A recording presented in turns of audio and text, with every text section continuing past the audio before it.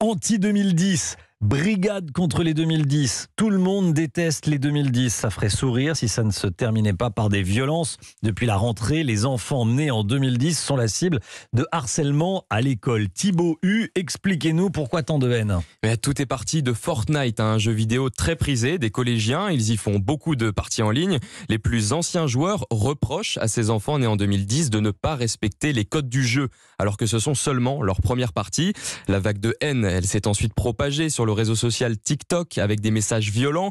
Et ce qui a vraiment mis le feu aux poudres, c'est une chanson sur YouTube de l'une de ces enfants nés en 2010, perçue comme de la provocation.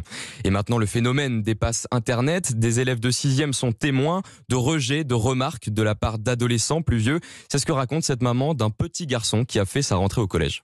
C'est des petites vannes blessantes, c'est jamais très bienveillant, c'est un peu désobligeant, c'est t'es de 2010, donc c'est au sport, c'est à l'arrêt de bus en bas du collège, toi t'es en 2010, t'es bien pourri, enfin, le premier truc qu'on lui demande c'est quelle année tu es. Mais du coup il s'interroge sur pourquoi les 2010 et pas les autres, pourquoi moi je suis la cible de certaines remarques et pas les autres, mais du coup ça le travaille, c'est vrai qu'on en parle quasiment tous les jours, quoi. Sur les réseaux sociaux, de nombreux parents lèvent la voix. Certains rapportent que leurs enfants sont angoissés à l'idée de retourner en classe. Merci beaucoup Thibaut. Le phénomène a pris tellement d'ampleur que le ministre de l'Éducation nationale a réagi hier soir sur les réseaux sociaux. Jean-Michel Blanquer qui a adressé ce message, on va dire, à toute la communauté éducative.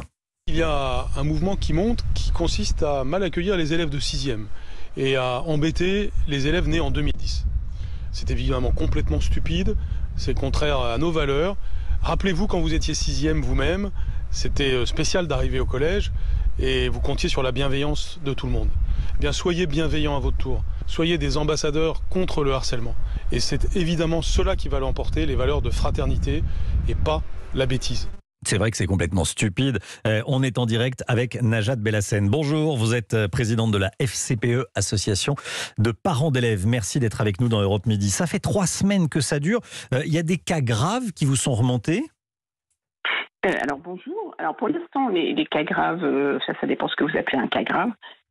Nous, rien que les images qui circulent sur le réseau TikTok, on trouve que c'est grave. Donc après, il y a les degrés de gravité. Mais quand on voit sur des images des personnes cagoulées, armées, qui se rendent au domicile d'un enfant de 2010, ou en tout cas qui miment le fait de se rendre au domicile d'un enfant de 2010, je pense que là, on est quand même sur des cas assez graves, déjà de violence vis-à-vis de mineurs, et qu'il faut agir maintenant pour justement éviter le pire. Bah oui, évidemment. L'intervention du ministre, ça va calmer un petit peu les choses, selon vous? Les professeurs vont faire un petit peu plus attention, les parents aussi?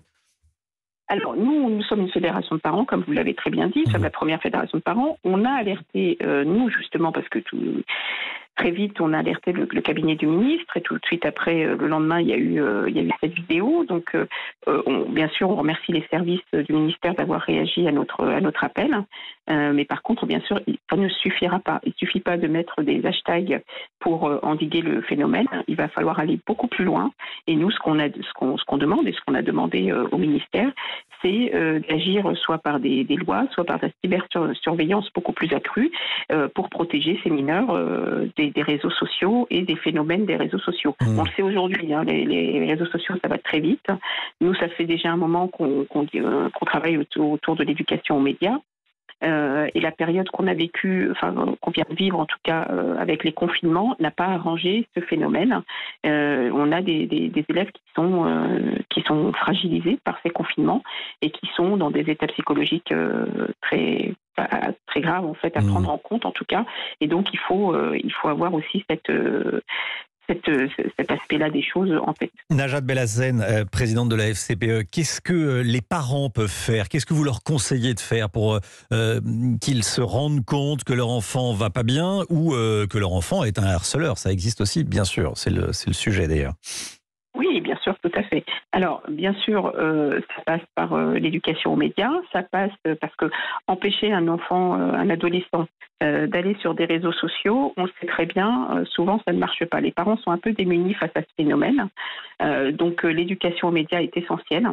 Il faut aussi surveiller tous les signes d'alerte peuvent survenir et qui peuvent être des signaux très faibles en fait. Mais au moindre signaux faible, il faut discuter avec son enfant, il faut l'apaiser aussi, parce qu'on a aussi beaucoup d'enfants de 6e qui sont en fait des enfants qui sortent, il ne faut pas l'oublier, de primaire, où le cadre est encore différent. Donc c'est vraiment une année charnière qui sont stressés en fait. C'est un climat anxiogène qui s'est installé. Et du coup, on a pas mal de remontées d'élèves qui ont peur d'aller au collège. Donc, vous voyez, c'est ce phénomène-là qu'on veut empêcher. C'est aussi un travail plus profond autour du cyberharcèlement et du harcèlement en général, que nous traitons déjà depuis quelques années. Donc, voilà, et on surveille bien les enfants, on regarde leurs réactions, c'est ce que vous nous dites dans Europe Midi. Merci beaucoup d'avoir été en direct avec nous, Najed Bellassène, présidente de la FCPE. Merci beaucoup, très bon après-midi.